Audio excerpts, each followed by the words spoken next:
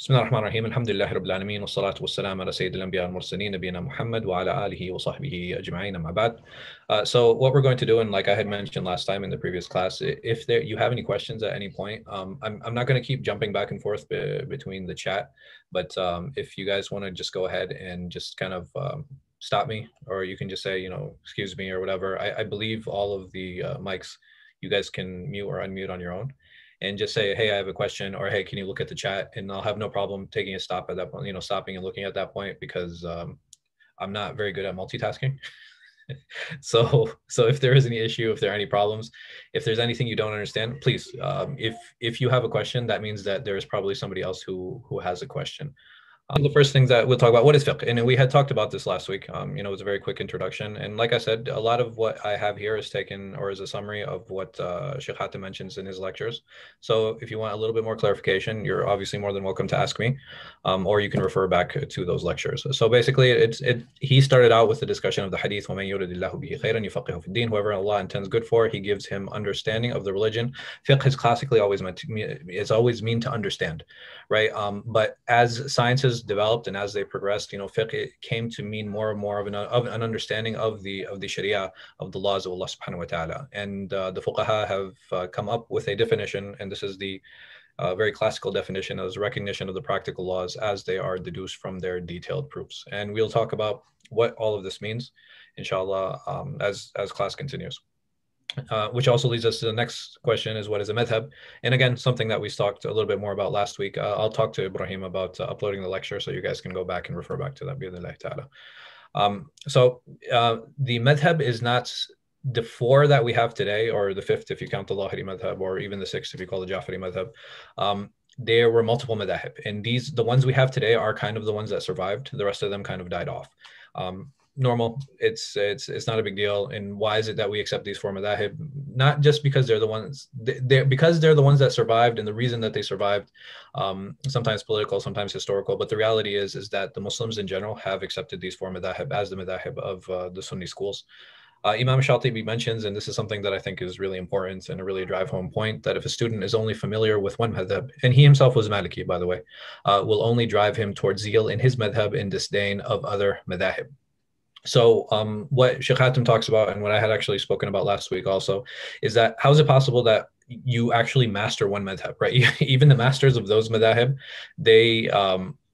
some of them, that's when they would start branching out, but it's very rare that somebody actually masters one madhab. And us as lay Muslims, there's very little chance that we'll actually get to a point where we'll master a madhab. And this is why it's important to kind of develop a madhab as a base, or take a madhab as a base, and then kind of expand out and move forward from that. The word madhab itself, it means a way, or it means a path, and Islamically, it's meant to represent legal schools of thought. And when we talk about a school of thought is basically a methodology and how to deal with the Quran and the Sunnah, and how to extract rulings from them. Oh, the fifth madhab was okay. So the fifth madhab is actually the Lahiri madhab, and it's here up on this slide now. These are the Sunni schools, right? So you have the classical madhab, which I'm sure all of you are aware of, with the Hanafi school, the Maliki school, the Shafi'i school, and the Hanbali school, and they're in that order because that's where they were in terms of timeline. And then you have the Lahiri school. So over here, I've listed them here, when they lived and when they died. These are all Hijri dates. I apologize. I'm not really familiar with all of the Common Era dates or the Gregorian dates.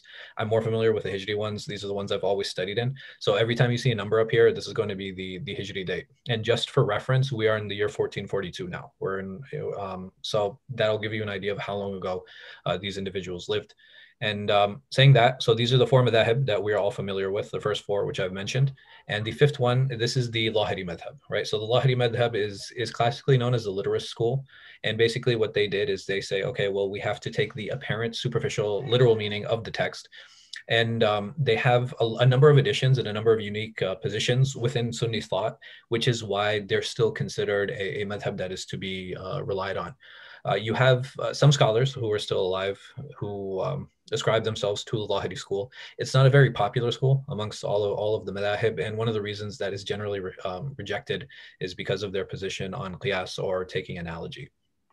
So the person who actually founded the school is known as Dawud al-Lahiri, and the one who actually made it famous was Ibn Hazm. Ibn Hazm, he's from Spain, right? Like Shatibi, which was a scholar that we mentioned before, but he came much earlier, and he was a very famous proponent of the Zahiri school, and it actually became famous at his hands. So how did the Hanbali madhab evolve? I'd say you have about like three major stages, and all of these are all teacher-student relationships. So if we start with Ahmed ibn Hanbal, and then Marudi, and then Khalal, and Khiraqi, and Ghulam al-Khalal. So Abu Bakr Ghulam al-Khalal, he's not actually Abu Bakr al-Khalal's son. He's just known as Ghulam al-Khalal, or his servant, because of the amount of time that he spent with him. And this is the first generation of the madhab. This is basically the formative years of the madhab. You have Khalal, who actually recorded a lot of Imam Ahmed's fatwa, and that was one of the ways that the madhab spread. And he was a very big proponent of the madhab of Imam Ahmed. And then he had a student who was Ibn Hamid. Ibn Hamid actually started the second generation of the propagation of the madhab, of the madhab itself. And when we talk about these generations, it's because there were shifts in the recording and the propagation. So because of these three generations, obviously you have the founding stages with Imam Ahmed and his students. And then you have the second one where there was actually the formative years of the madhab. And then you have the third generation where you kind of have I don't want to say the finalizing of the madhab, but that's where things kind of congeal, and then they start actually determining what is called what we call the mu'tamid opinion, or the accepted opinion, or the relied upon opinion within the madhab itself. So the scholar we're actually studying is here. I've highlighted in red, Ibn Qudama. He was a student of Abdul Qadir Jilani and Ibn al-Jawzi. So he was able to sit with both of them. And as you can see, he kind of falls into the middle of this second generation of Hanbalis. And then finally, the third generation is Mardawi. Mardawi, he came after Ibn Taymiyyah. So you can see there's about a 100-year gap, between Ibn Taymiyyah and Mardawi. And then these are kind of the third generation. You'll find a number of books written by these individuals, including Rawd al-Murba, and, in all other books that are very famous, Sharh Muntaha al-Iradat, very famous books within the madhab itself. So now we're going to talk about some of the legal tools. I had mentioned them in the beginning, what they are. So the ones on the left side, you guys might be familiar with. The ones on the right side, you might be familiar with some of them. So we said there's Quran, Sunnah, Ijma, and Qiyas. The Quran, obviously something that we're all familiar with. Sunnah, the hadith of the Prophet sallallahu alaihi wasallam. Ijma is consensus. How that consensus is arrived on, I don't really want to spend too much time on that, because that's more of a discussion for legal thought or usul al-fiqh. But just know that there's this idea within Islamic legal theory that the Muslims came upon consensus that something is, permissible or something is impermissible. So, for example, the fact that a man can have 4 wives, right? This is something that is not from the Quran or from the Sunnah. This is something that actually comes from Ijma, and even the hadith that talk about having 4 wives, most of them are weak, if not all. And then finally, qiyas. Qiyas, you have 2 types of qiyas, right? You have qiyas, clear qiyas, and you have a lesser form of qiyas. So this clear qiyas, like for example, praying on a plane. Sorry. When I pray on a plane, I'm doing analogy to praying on a boat. And that's something that's clear. Even the literalists, that's not something that they would reject. But doing analogy on things that maybe aren't so clear, this is something that might be rejected by the literal school or the law hadith. So istihsan, juristic discretion, actions of the people of Medina. A mursal hadith is a hadith from a tabi'i, so he's a student of a companion, and that student is saying the Prophet ﷺ said, meaning that he's left out the companion, he's left out the sahabi. Most of the scholars reject this. This is something that's accepted with conditions in the Shafi'i madhab. Weak hadith, this is something that is more prominent within the Hanbali madhab, and even that, again, there's levels to this and understanding it.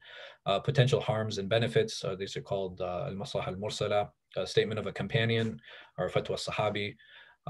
Previous sharia. So if I find something in the previous sharia, for example, Yusuf alayhi salam, he took a government position in a non-Muslim country. So because of that, because we don't have anything within our sharia that tells us what our involvement should be in non-Muslim governments, we can use that as a precedence to be involved in a non-Muslim government, because Yusuf alayhi salam did it, and we don't have anything in our personal sharia that actually forbids us from doing that. Continuity meaning that if something is upon a ruling at one time and there's nothing to stop it, then that ruling kind of continues, and this has to do with things like, wudu, it has to do with transactions, a number of things like, okay, well, if I started this way, then I'm probably still on that way, or that contract is still binding, or that wudu is still valid. And yeah, go ahead. All right, just a quick question. The point you made about Prophet Yusuf alayhi salam Mhm. making it permissible to work for the government, Yeah. were you saying that absent the example of Prophet Yusuf alayhi salam, we wouldn't be okay? Because I feel as though if there's no reason that it would be haram, then it would be halal, independent of an example from one of And that's fine. So the thing is, you have certain verses that people could understand to say that okay, من يتولى منهم فإنه منهم, and um, whoever sides with them is from them, and that is something that some people can say, okay, because you're aiding a government that is openly oppressive against Muslims, then in that way it is going to be impermissible. Like I said, I think these are more finer, they're more finer details, and what you are saying is generally correct. There is nothing to show us in our Sharia that it would be impermissible. uh, so here, let me put it this way. In our Sharia, we don't have anything to show us the permissibility or impermissibility, but we have use of situation that shows us clear permissibility. Is that a easier way Yep. to? Does that make it clear? Perfect. Thank you very much. Yeah, no problem. And maybe it was just a bad example. So uh, so like even all of these things that we looked at, these differences of opinion, like these different legal tools that I'm talking about here, if you actually sit down and you look at them, they're just different ways to understand the sunnah, right? They're not meant to be independent of themselves. Like for example, if you have two companions that are disagreeing over an issue, you can't, one of them isn't going to say, okay, well, I'm a companion and my statement is a proof, right? It doesn't really work like that. But what they did is that these legal tools are just meant to give context to the sunnah. So why is it that the actions of the people in Medina were important? Because Imam Malik, and if we looked back at when he lived, he died 179. You're still talking about children and grandchildren of the companions who were still living in Medina at that time. So he was looking around like, okay, these are the people that actually inherited the actions of the Prophet. And it's not possible that they, in general, would completely abandon an action. Or that you would have a hadith and then the people are going against that hadith, then there has to be some type of context there that we're missing. And this is why I'm going to give that preference, because they're a practical application of a sunnah. And again, all of these things are just to give context to the sunnah, and they are proofs for us, right? But for the imams that use these, they are just meant as means of understanding the sunnah of the Prophet sallallahu alaihi wasallam. Does that make sense? Yes, no, maybe. I guess if it doesn't, then somebody will ask. So within the Hanbali school, what is unique about the Hanbali school that, what are some tools that we find uniquely with them that we don't necessarily find within the other schools? Quran, Sunnah, Ijma, and Qiyas. Oh, I mentioned Qiyas here. Okay, good. So Quran, Sunnah, Ijma, right? These are the three agreed upon that we had talked about. Then if you look at the order here, the order is a little bit different versus other schools. So Imam Ahmed, he would actually give precedence, or he would give preference to a fatwa of a Sahabi over Qiyas. He would give preference of a weak or mursal hadith. And mursal hadith, again, is a narration of a student of a companion on the Prophet ﷺ, over qiyas. And then finally, he would use qiyas. So if you look at the levels, you don't find these supporting tools to precede qiyas. You usually find qiyas first, and then you find these other two. But you'll find that with Imam Ahmed, he tried to stay as loyal to the text as possible. And loyalty to the text, it doesn't mean that that you're always going to get the correct understanding from that, because sometimes there's context to a lot of different things. And again, we'll talk about the different examples on what those are. But if you look at the order, it's just really interesting the way that he actually utilized this and the way he does this and the way that we've actually determined this. How do you determine a madhab? Is usually it's a back projection. So what happens is that the imam himself, he doesn't sit down one day and be like, okay, I'm going to make a madhab. I'm going to make a school now, and this is the structure of my madhab. What actually happens is that you have thousands of fatwa, right? And you have scholars now who follow that particular imam, and he'll go back and he'll start researching through these fatwa, and he'll start looking for patterns, right? So when he starts looking for patterns, what he does is he actually extracts and says, okay, hey, it looks like he's doing 1, 2, 3, 4, 5, and that's exactly how these legal tools were established, and this is how exactly that they were determined. The rulings in Islam. The rulings on the left, I'm pretty sure most of you are familiar with. The rulings on the right might be new to some of you. So you have two types of ahkam. I'm sorry, go ahead. Sorry, question. In the last slide, you talk about Fatawa Sahabi, then you talk about weak and mursal hadith. Because you mentioned earlier that a mursal hadith is a hadith that comes from a tabi'i that skips the generation of Sahaba. Do do we just understand that a weak hadith and mursal hadith for our understanding the same thing? Or They're both weak. Sorry? They're both weak because the problem with the mursal hadith is that if a tabi'i is narrating on the Prophet ﷺ, it's possible that the missing link is another tabi'i. Right. And if you don't know the condition of that tabi'i, then it's not possible to make a hukam on the hadith, and that's why you find of all of the muhaddithin, they accepted this, they rejected this type of hadith.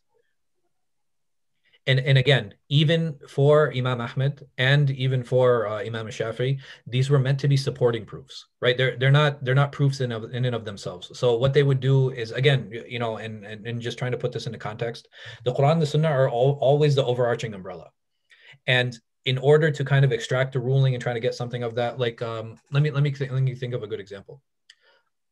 In qisas, right? So in blood money, if you ever have to pay blood money, how much time should you give the family to pay the blood money?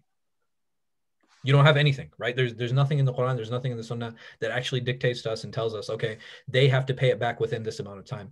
You have a weak hadith now, and this is agreed upon. That it's weak from, I believe it's from Abdullah ibn Mubarak. I'll have to go back and have to check. But he says that you have 3 years. And this is the only statement we have concerning the issue. So what did Imam Ahmad do? What do you think he did? What kind of fatwa he gave in that situation? 3 years? Yeah, he said 3 years, right? And it was clear to him, it was easy to him. He's like, okay, well, the blood money has to be paid. And and if it has to be paid, there has to be a time period associated with it. How do I dictate that time period? Well, I need to look at these different texts now. And the only thing I have available to me is this weak hadith. So he preferred the weak hadith over, for example, using the societal norms. Like in general, how long does it take to pay a debt back within a particular society, right? And that's something that can be used. There's nothing wrong with using the urf. There's nothing wrong with using the culture of the people. But he even within the culture he was in, or you know, the situation that he was in, he decided like, no, it's better for me to use this weak hadith than it is for me to do my own personal ijtihad on the issue. Sure. So my question is, in this context, do weak hadith and mursal hadith become synonymous? Yes. Or they're still different categories? Yeah, so yes and no, because the problem that we find is that the early muhaddithin, and Imam Ahmad was from them, is they only had 2 categories for hadith, right? The 5 category system that we have now, this was actually created by Ibn Hajar, and I'm sorry, like hadith is my specialty and I'm really passionate about it, so you'll have to excuse me if I go on a tangent. Sure. So Ibn Hajar, he's the one who actually created the 5 category system, right? The classical muhaddithin, I'm talking about even Bukhari and Muslim, right? And everybody after them, they only had in general 2 categories, and that was sahih and saqim, right? It was authentic and inauthentic. That's it. There was nothing in the middle.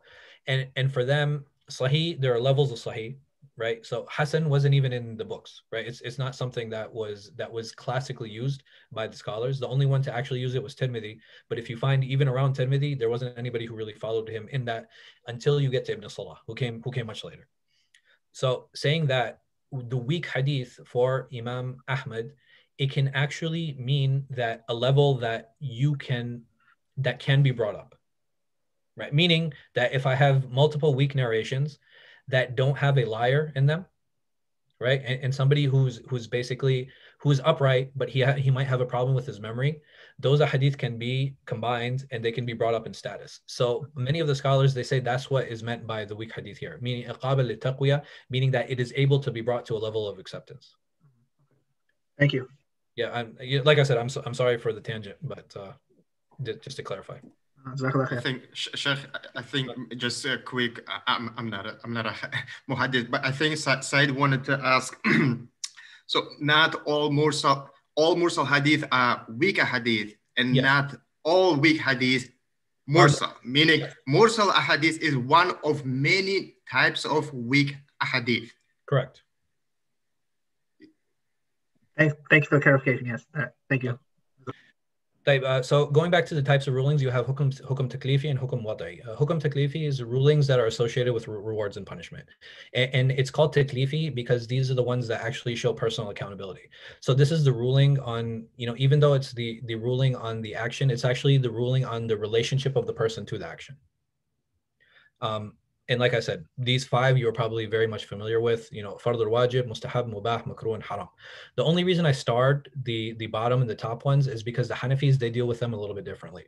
So fard and wajib, even though they're both obligatory, it's how that obligation was reached.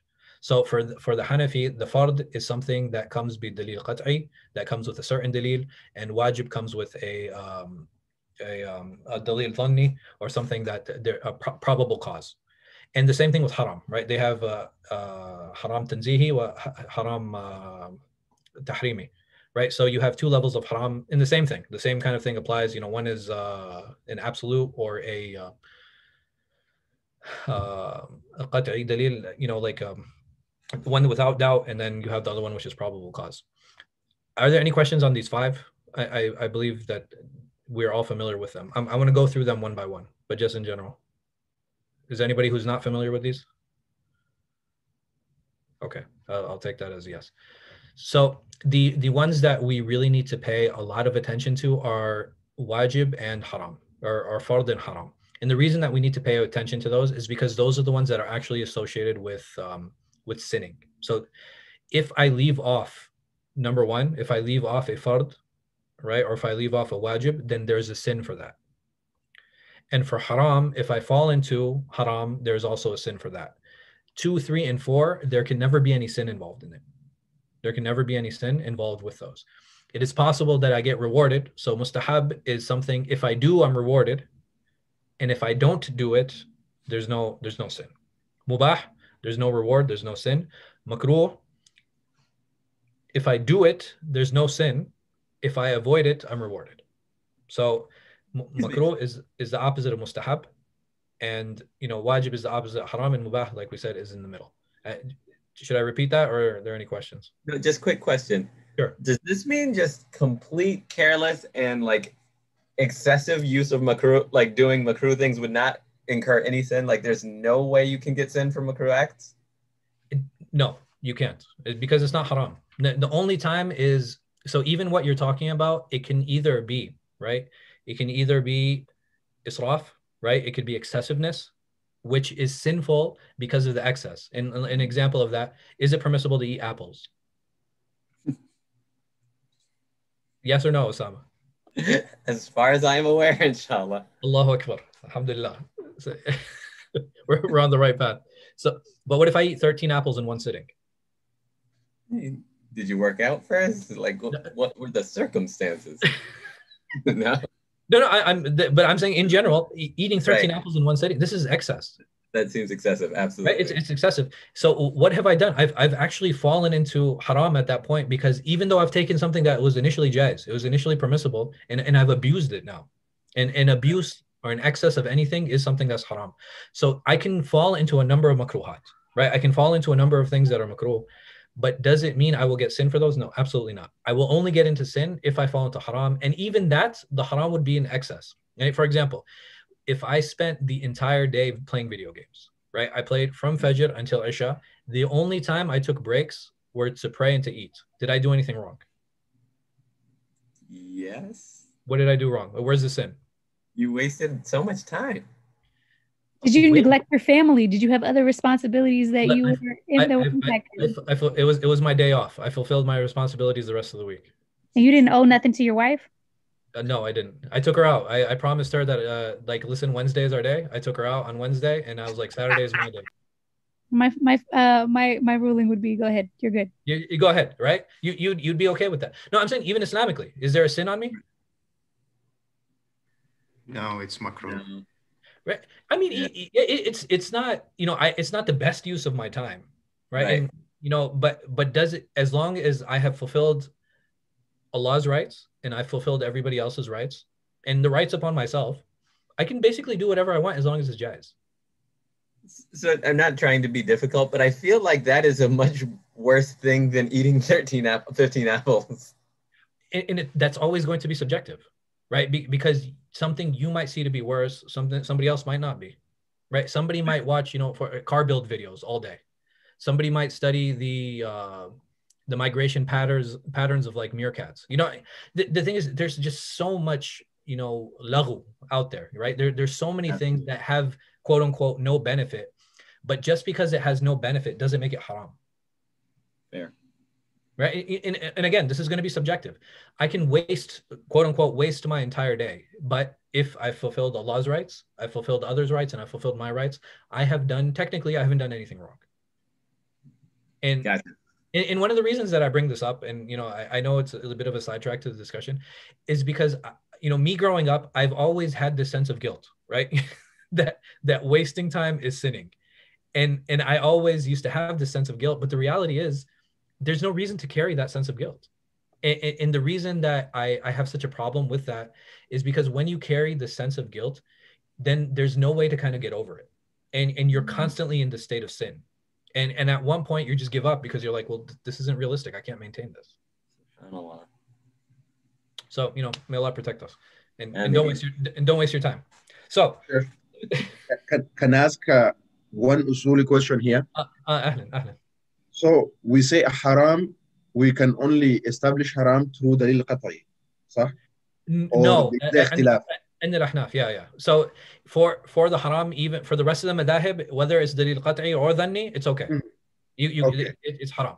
The Ahnaf, they do tafriq, right? They have haram tanzihi or haram tahrimi, right? Yeah. In the tahrimi, that is dalil qat'i, and tanzihi is dalil dhanni. And even in both of those situations, it's still haram to them too. Okay. It's only how is the haram established. That's it. That's the only difference. Any more? Somebody send a question. What would you like me to break down, Lauren? No, it's okay. Well, you just used many terms. No idea what you were talking about. Okay, that's not directly related to the discussion. Don't worry about it. Okay. Right? I'm good. Do you understand these 5? Yeah, I got those. Perfect. You're good then. Now, hukum wadi. This might be new to some of you. And this has to do with how to classify rulings associated with actions. So this has to do more with the actions themselves versus our relationship to the actions. Example, how if I see a contract where I go to you and I say, okay, I'm going to sell you a pen, right? And I don't describe that pen. Islamically, this transaction would be batil. This transaction would be void. It would be unacceptable because from the conditions of a transaction is that the item to be sold needs to be described and the price needs to be described. These are the 2 conditions. And if I don't describe those things, then that transaction becomes void. It becomes batil. The second one, the azima and the rukhsa, the request and the concession. The concession is an allowance.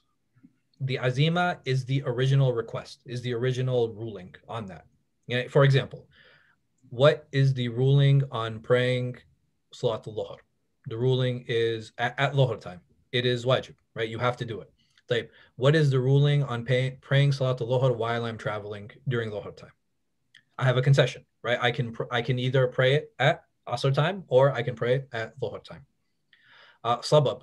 Sabab is the reason for an action, the reason for a particular action or the cause of that. For example, if Salat al-Dhuhr comes in, it is now an obligation on me to make wudu, right? So because I'm going to pray, I need to make wudu, and the reason for the wudu is the dhuhr, and that is called the sabab. The shart is a condition. So you have 2 types of conditions. For example, the condition of acceptance and to reach the point of obligation. This can be, for example, is it a shart sihha for a woman to have a wali, to have a guardian at the time of marriage? Majority of the madhhab, they say yes, that in order for this marriage to be accepted, and in order for this marriage to be correct, she needs to have a wali. Shart wujub. When does it reach a point of obligation? So for example, the time of the prayer initiates the obligation. So when Salat al-Maghrib comes in, the obligation starts. The obligation doesn't start before that. And this is called reaching the point of obligation. Mani', the things that prevent a possible ruling.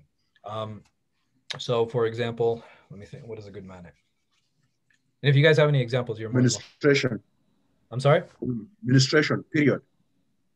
Ahsant, good. So when a woman is on her cycle, right? When a woman is on her cycle, she is stopped now from praying, right? She is stopped now from praying, and she is delayed from her fasting, meaning that she cannot pray because this is something that is stopping her. And that, Jazakallah khair, that's a very good example of the mani'.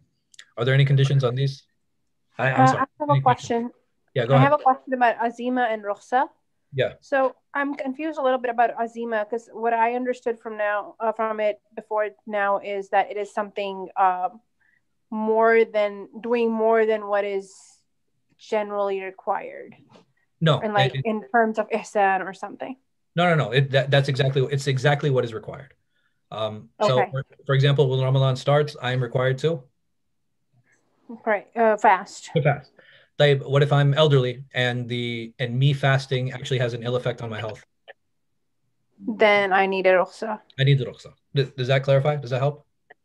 Yes, I was confused because I've heard that Tarawih is azima and not like something. No, so an azima can either be for a wajib or it can be for something a mustahab. Okay. Does that help? Yes, but Tarawih is not exactly required. Yeah, it's not required, but I'm saying it is a request, right? So even a request can be something that is obligated, or it can be something that is recommended. Okay. Yeah, so for example, using siwak. The Prophet ﷺ, he told us and he commanded us to use miswak, yes? Yeah. But it's not an obligation. But even that would be considered an azima. Okay. Okay. All right. Exactly. Okay. Yeah, any other questions on this? And like I said, I think the ahkam wad'iyah might be a little bit new to you guys. I'm sure you've heard some of these words, here and there. I just try to, match them with the hukum taklifi, because I think it's really important to understand all of these terms. And inshallah, I'll try to make a notes thing, where you have the slides on one thing and you have like the notes thing on the other. I'll try to print these out at the end of the class, inshallah, if anybody's interested. So how's fiqh divided? Again, something that we had spoken about last week. Don't get scared. I'm not 100% great with the charts, but in general, this is how fiqh is divided. And fiqh is divided by relationships, right? So you have relationship with Allah and you have relationships with others. So in the Hanabila, how they divide it, because I talked about last week, I said in general there are 3 different categories, right? You have ibadat, muamalat, and jinayat. Over here, there's a few, it's just a difference in the breakdown. So with Allah, ibadat, this is something that is agreed upon. How we have relationships with others, what happens is in the Hanabila, you'll actually have this divided. I divided it into 2, but you can actually have 3, where you have business transactions, you have family law, and you have jinayat. Transactions can actually happen socially with other people. Like, so for example, marriage, inheritance, kafala, right? How you take it, like orphanage, how to deal with orphans, these type of things. All of that falls under family law, but even that can fall under muamalat because it is essentially dealing with others. So, again, small semantic differences. It's not really that big a deal. Jinayat, state, corporal, capital punishment, witnessing, all of these things would fall under the state rulings. And finally, etiquettes. Etiquettes, these can be personal or interpersonal. How to use the bathroom, for example, personal hygiene, all of these things, they would fall under etiquettes. Any questions on this breakdown?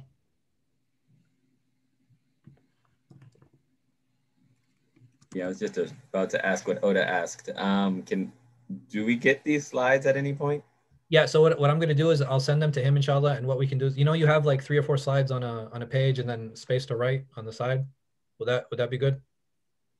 Yeah, that would be wonderful, mashallah. Okay, so we'll do that. Any questions on this though, on the divisions? Anybody have any questions here? Right? Anybody want any clarification? No? Okay, we'll move on. So who does fiqh apply to? It applies to the mukallaf. Mukallaf is basically anybody who has the ability and who has the, who's liable and authorized.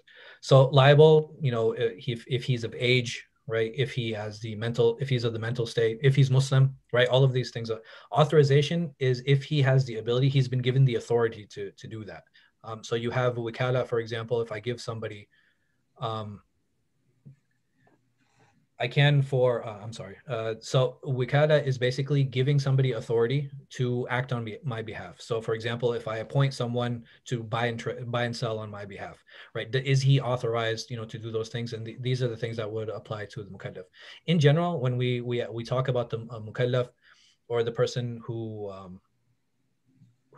these rulings actually apply to, we generally say that a person who has reached age, right, who's pubescent. And the reason that I mentioned that, and the reason that this is so important, is when I talk to a lot of youth, like who are in high school, who are kind of going through puberty. Islamically, I tell them that you would be dealt with as adults, right? It's not an age thing. It's not like, okay, you're 18 now we treat you as an adult. The moment a child hits puberty, and in Islam, puberty is an event, right? For men, it's when they have their first wet dream, and for women, it's when they have their first cycle. And both of these, again, they're defined by events. And once that event is established, then that child is now an adult, right? So that boy is now a man, and that girl is now a woman.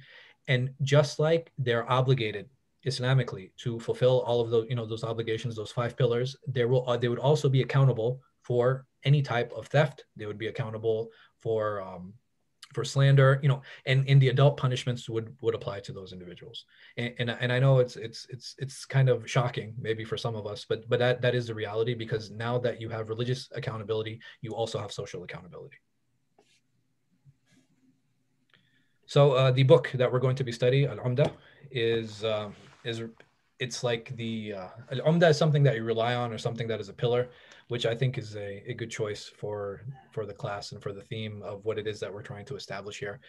This is just some information on Ibn Qudama, some things that really are highlighted here. His family actually took the name Maqdisi, even though they're from Nablus. Nablus is not near Bayt al-Maqdis.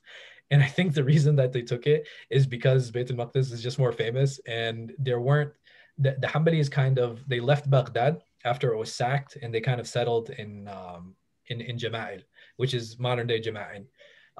So they settled there. It's near Nablus, and they just took this name Maqdisi just because, they weren't near Bayt al-Maqdis, but just because it was the most famous place in the area. Some tidbits or some things that are really interesting that I thought were interesting. Ibn Qudama actually fought with Salah ad-Din.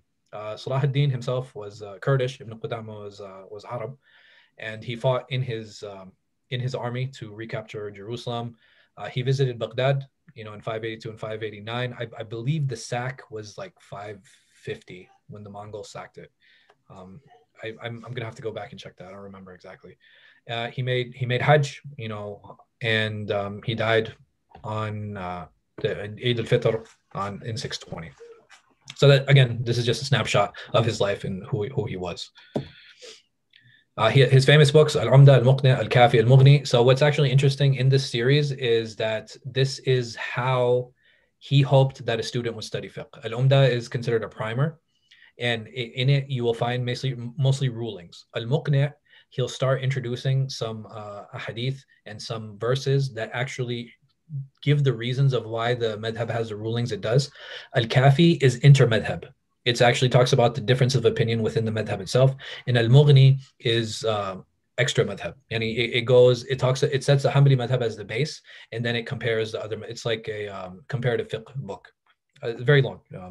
I think it's published in like 16 volumes. So he does mention a few hadith, and the only he mentions himself in the introduction. The reason he mentions those hadith are just for fala'il, is just for virtue. And again, this is meant to be, this shouldn't say primary, it should say primer. I think my autocorrect fixed it. But it's meant to be a primer into madhab, again, just to give you an idea of the rulings. It's meant to actually be like a manual for a person to be, okay, just read this, and you can kind of go through life with all these different rulings. The first chapter we're going to talk about is Tahara. And this is the first book, and it's in most of the madhahib, this is the first book, except the Malikiya. The Malikiya, they start with awqat as-salah. They start with the times of prayers. And the reason they start with that is because that is what actually necessitates a person to be upon tahara, to be upon spiritual purity. All the other madhahib, they start with spiritual purity. And inshallah, we'll talk about this. We'll talk about the types of water, etc. next time, bi'idhnillahi ta'ala. With that, I'll stop here, and then I'll open up the floor to questions. Wallahu a'lam wa sallallahu ala khayri khalqin, nabina Muhammad wa ala alihi wa sahbihi wa sallam.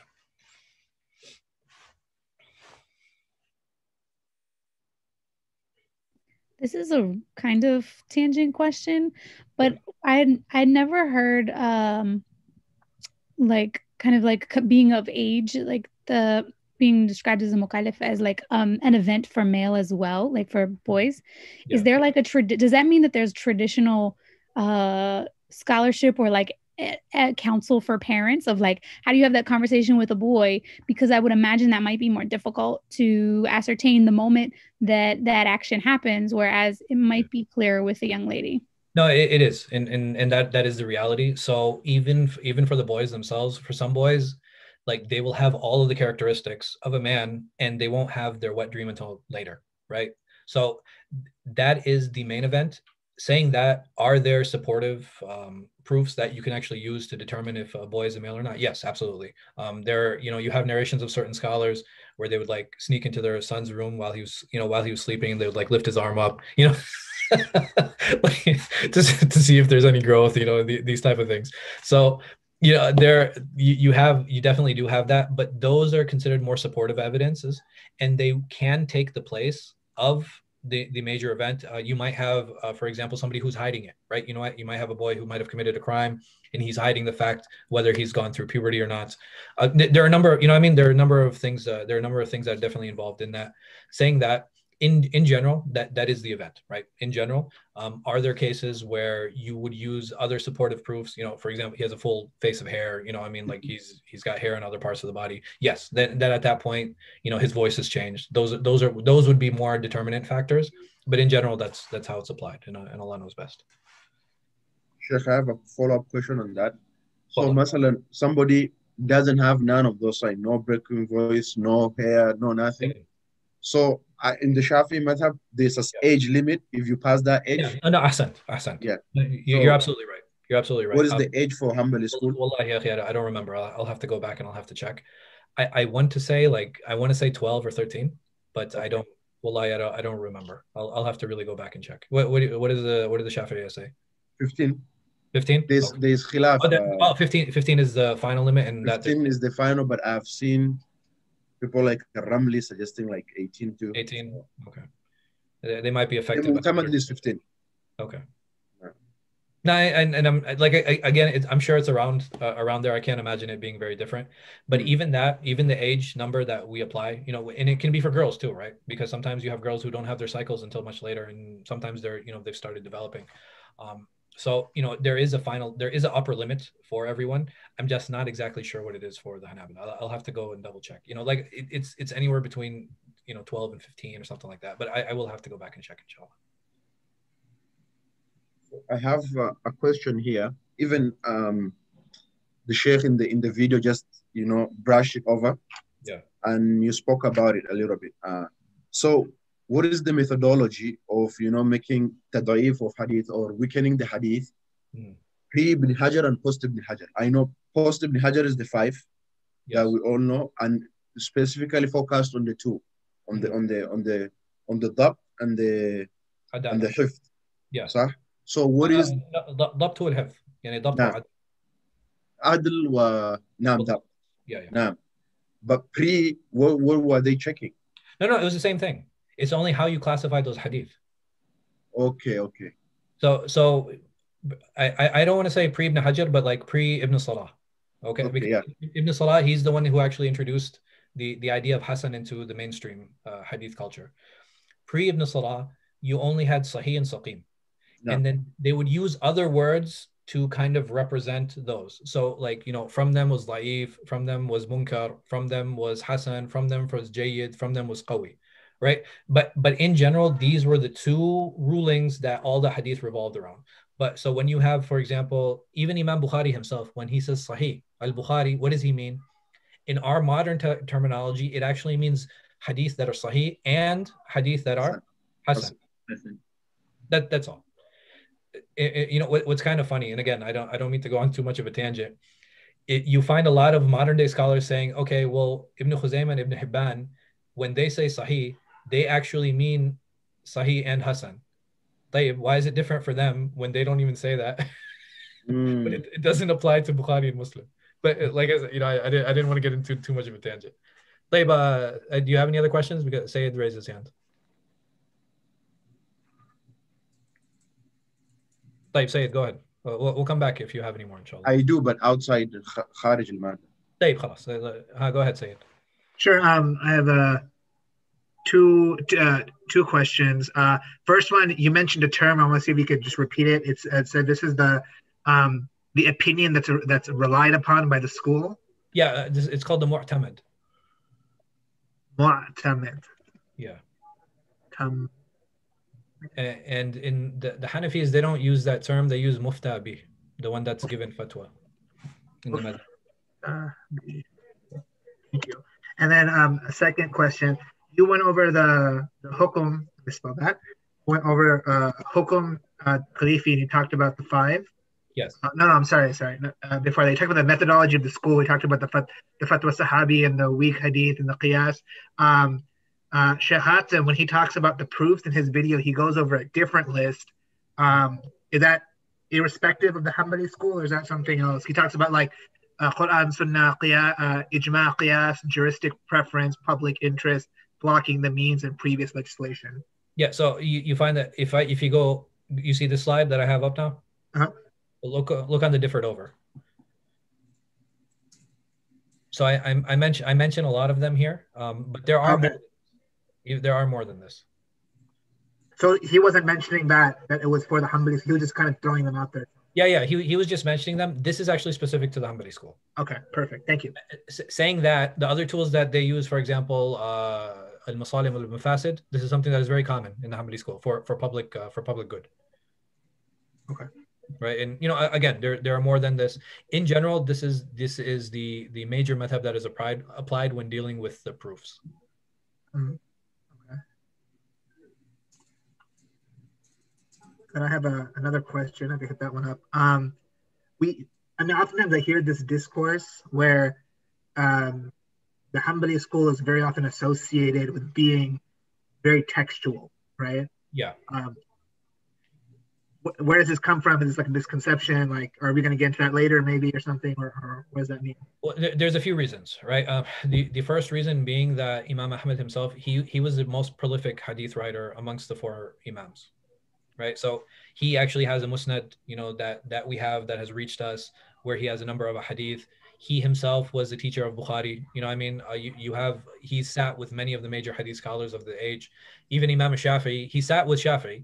And Shafi'i said to him, he's like, hey, listen, if you have a hadith, let me know so I can incorporate it into my rulings. So Imam Ahmad, he was known to be a scholar of hadith, right? He wasn't just a faqih, he was known to be a scholar of hadith. And for that reason, you will find that people who rely a lot on sunnah and rely a lot on hadith, you'll find people labeling them as literalists. Because what happens is when the literalist school is actually formed, the Lahiri school is formed later, this is what many of their books. So you have 2 very famous scholars who are prolific writers in the madhab. You have Ibn Hazm and you have later Shawkani. And these 2 individuals, they have filled their books with narrations. Like, every time there's a ruling, they will find any type of narration to kind of connect back to that ruling, to give a ruling in that. And this is why you'll find them being, literalist. The reality, and then the other problem is that's one issue, right? So when the school of Ahl al-Hadith, I believe, and Allah knows best, it actually transformed into the Lahiri school. It actually transformed into the literate school. Because you have the old madaris, right? You have the old ways, the old quote unquote famous schools, which, what we can talk about that. But you have the Madrasat Ahl al-Hadith and you have Madrasat Ahl al-Rai, right? You have the school of the people of Hadith and you have the school of the people of Rai, or those, who rely more on independent ijtihad than they do on narrations. So what happens is that the school of Ahl al-Hadith, because they were so textual, that actually transformed into a literate school. It actually transformed into the Lahiri school. And because anybody who relies more on narrations is automatically kind of associated with that. The second issue is that you have now in the modern era a number of students who are coming from Khaliji schools, who are coming from Gulf schools. The Gulf schools in general follow the Hanbali madhhab in general, right? Those are the books that are taught, but you will find that it's not purely Hanbali. It's actually very much a mix of Hanbali and Lahiri rulings, if you actually go through the curriculum. And because it's a mix of Hanbali Lahiri leanings, this is the image that many people get when many of these students come back. That they look at it, okay, well, these are Hanbalis. That means Hanbalis must be very literalist. Okay. So, wallahu alam, so one is historical and one is political, if that helps. A bit of its perception, it sounds like. Yeah, so it's political, right? So the thing is, does the Gulf own the Hanbali madhab? No, it doesn't. Just like the subcontinent doesn't own the Hanafi madhab, right? So, but those are one representation of an understanding of the madhab. And because, you can't look at a Darul Uloom graduate and be like, okay, he represents the Hanafi madhab. right? And it's the same way you can't look at a Gulf student and say he represents the Hanbali madhab. They're one expression of that, but they don't encompass the entirety of it. Perfect. Jazakallah khair, thanks. Ameen. So I think Lauren has a question. Of the 4 main books I mentioned, how many are translated into English? They're all translated. So Nazim, he's sharing Hatim al-Hajj's explanation of Al-Umdah. I think he only did ibadat. I'm not sure if he did muamalat and jinayat. He did. He did both. He did the entirety. Okay, alhamdulillah, good. So it's 4 volumes and it's complete. Good. It's 2 volumes. All right, perfect. So it is complete. The Arabic text, yes, you can. I'll send you a link. Does that include the like the one that you mentioned about comparative fiqh? Because I feel like there's never ever anything in comparative fiqh. Is there one available in English? I think there are some modern works. I don't think there's anything classical that's been translated. They're really long. Right? You're talking about like 15 plus volumes, per and for some people they're like, okay, if you're at this point, you shouldn't even be doing it in English, right? You should already know Arabic. The book, I sent the link and Athman showed, has rulings for all schools. So the thing is, the nice thing with Sheikh Hatem is that he'll touch on rulings in different madhahib, but he won't go into details of all the madhahib in every single ruling, because the thing with Umdah is Umdah doesn't cover all the issues, right? It doesn't cover every single issue in fiqh. It covers selected issues. So like, for example, when we get into Tahara, he himself might talk about continence, but you're not going to find that it's actually discussed in the book. So, like I said, there are certain things that you will find and certain things you won't find. And there's certain issues that he will make sure to bring out and to touch upon, and again, it's very well done. I think and there's a reason, obviously, I chose it. And there's a reason that I'm having everybody go through his lectures. So my last question is 2 questions. Mm-hmm. Is the Hanbali school more of previously, before one of the students of Al-Khalal said that Hanbali is a madhhab of fiqh? Yeah. Was it more Aqidah school or a fiqh school? No, it was a fiqh school. Okay. What about Hanbali being translated as being an Aqidah school? It became one. It became one. Yeah. Okay. So Sheikh Hatim in the video said Ibn Aqil had a different, view in Aqidah. Yeah. With Imam Ahmad himself. Yes. And I know Ibn al-Jawzi has a different. Altogether, his discussion of like of sifat and like imaniyat is very different from the Hanbali school. No, so I see that Ibn Qudama is a direct student of Ibn al-Jawzi. So did he get affected by Ibn al-Jawzi, or he just stayed on the path of Az-Zaghuni? Abu Ya'la and them. No, he stayed with Qadi Abu Ya'la and all the other very famous Hanbalis. And you see that in his Lum'a. Like, so Lum'a al-I'tiqad, when he talks about it, it's very clear that he is on the classical Hanbali opinion. At another time, I have no problem getting into discussions concerning the theological schools. Just for reference, Sheikh Hatem himself is very Taymiyan, right? So he actually takes the Taymi theological school, and how that's different and why that's different, inshallah, we can set aside some time to talk about the different polemic schools. What is the difference between the Ash'ari and the Maturidiyya and the Hanabila? How did the Hanabila evolve? What is it that changed? How are they different from those other schools? And I have no problem touching any, actually dealing with any of those issues. But just to give context to all of this, Sheikh Hatem himself is very Taymi, right? So he in his fiqh and in his aqidah.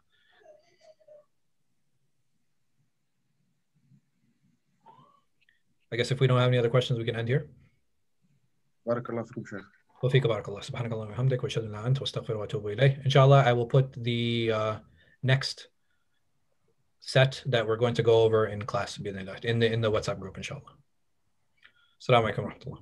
Wa alaikum assalam.